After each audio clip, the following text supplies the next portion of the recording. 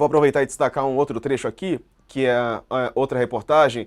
O general Mauro Fernandes, ele, segundo a Polícia Federal, queria atribuir a responsabilidade dos atos do dia 8 de janeiro ao então ministro da Justiça, hoje ministro do Supremo Tribunal Federal, Flávio Dino. A gente tem aqui esse trecho também. O militar planejava acusar Dino de usar chantagens para crescimento político. Ele já afirmou que se ele cair, ele levará o L, o Lula. Ele escreveu no caderno encontrado pela Polícia Federal. Bom, o senador protagonizou ataques contra Dino, conforme noticiou o UOL. Marcos Duval virou alvo de investigação da PF por incitar militantes de direita a enviar o telefone de Flávio Dino por um grupo de WhatsApp. À época, o senador rebateu, negou as acusações. Dino recebeu mensagens ofensivas entre os dias 14 e 15 de maio. Recados chegaram dias antes da instalação da CPMI sobre os atos antidemocráticos do Senado. O Dino foi indicado por Lula para o Supremo, né? O general orientou golpistas pelo menos até 19 de dezembro de 2022. Segundo a PF, àquela altura, Fernandes pedia aos acampados em Brasília que aguardassem e que mantivessem as mesmas ações, a mesma vontade e o mesmo ímpeto. Couto. Tem um outro trecho aí também, esse documento dá para a gente ficar falando o dia inteiro aqui, né? Que fala da ABIN e do GSI. Aí eu me lembro da reunião de julho de 2022, em que o Bolsonaro chamou lá os ministros que poderiam participar do golpe. Foi a reunião que abriu os trabalhos para o golpe, né? Que tava, o Heleno estava muito bravo lá. Eu lembro que o Heleno falou assim: não, se a gente não fizer logo agora, depois não adianta mais, temos que fazer agora e tal. E uma das coisas que está aí no relatório, que a BIM e o GSI estavam seguindo o Zé Dirceu, que na época estava fora da política, ele nem ouvia falar dele, né? Agora que ele foi anistiado, anularam a punição dele, né? Aí anotaram na ficha do Zé Dirceu, teria viajado de férias. Quer dizer, os agentes da BIM e do GSI perderam o contato do Zé Dirceu e aí resolveram dizer que ele saiu de férias. A que ponto que pode chegar? Eles não tinham mais o que fazer. Eu me lembro que o Heleno discutiu isso diretamente com o Bolsonaro nessa reunião do dia 20 de É, julho de 2022. É um negócio que você não sabe se ri ou se chora, sabe? É um difícil. negócio inacreditável, Ô, Couto, inacreditável. vamos para o intervalo rapidinho na TV, a gente já volta. Até já. Bom, o professor, tem aqui uma reportagem também que diz que a PF Diego, posso concluiu. só, Ah, vai lá então antes, Diego, Raquel, vai você. só antes de você avançar, quero Uhum. até fazer uma pergunta para o professor. Ali está falando no relatório da Polícia Federal que a polícia tem indícios de que Mauro Cid possa ter vazado a delação dele para Braga Neto, né? Que foi encontrado com o Coronel Peregrino, que é o braço direito do Braga Neto, uma troca ali de materiais, respostas em primeira pessoa que coincidiam com as respostas de Mauro Cid. A gente sabe que Mauro Cid escondeu várias coisas da Polícia Federal, entre elas uma coisa gravíssima, que é essa operação, esse plano Punhal Verde e Amarelo, mas ainda assim ele volta no ministro Alexandre de Moraes e no procurador-geral Paulo Gonet e tem a sua delação mantida na íntegra. Uhum. Professor, o senhor não acha que havia motivos de sobra para derrubar essa delação? Raquel, havia motivo para derrubar a delação, sim, pelo seguinte.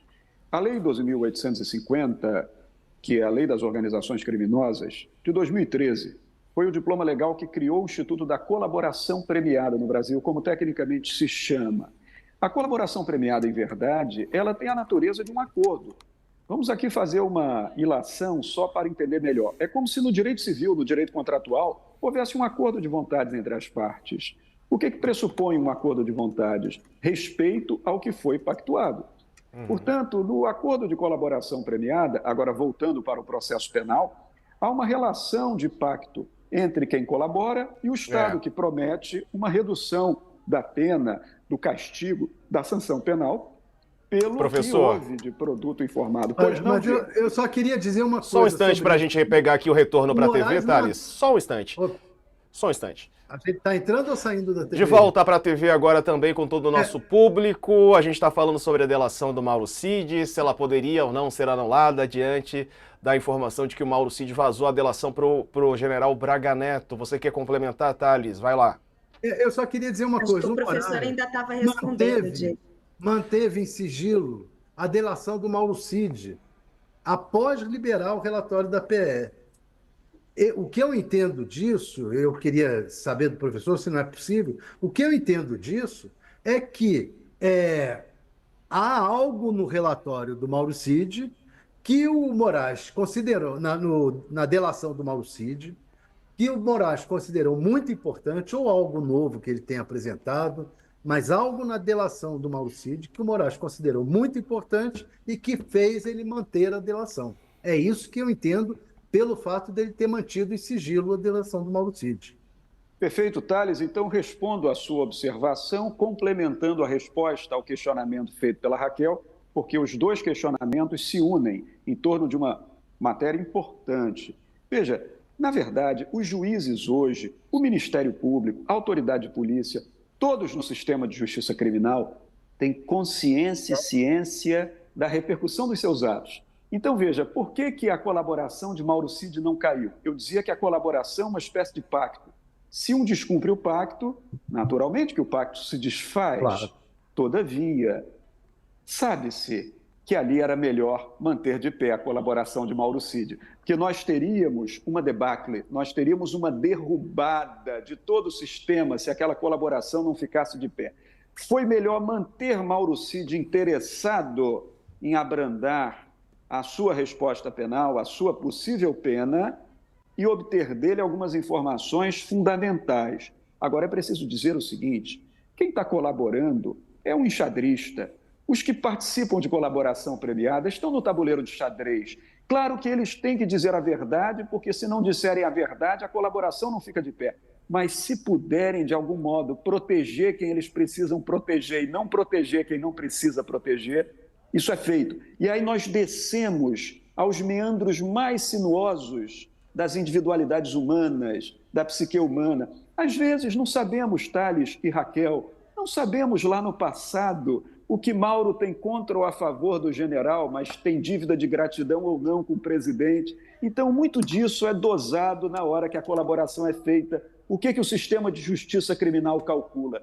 Se tiver proveitosa a colaboração, tiver prosperando de algum modo, mantenha de pé, senão as investigações não caminham. A colaboração premiada é uma ferramenta muito importante. Ela não é prova, mas ela é uma ponte que leva à produção da prova, muitas vezes fundamental para o desfecho de um processo penal. Então, quero acreditar, Thales, que essa é a razão, Raquel, pela qual tudo ficou de pé, mas isso não quer dizer que lá na frente não se venha, eventualmente, a desconstituir esse acordo de colaboração.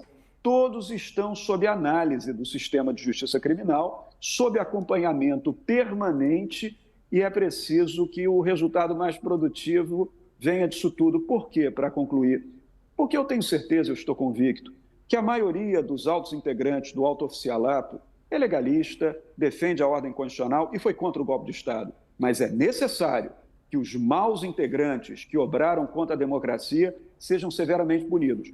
Porque se não houver punição severa e eficaz, o mau exemplo vai ficar. Então é fundamental que o sistema de justiça criminal produza os seus efeitos depois de tanto esforço nessa produção probatória nos inquéritos policiais.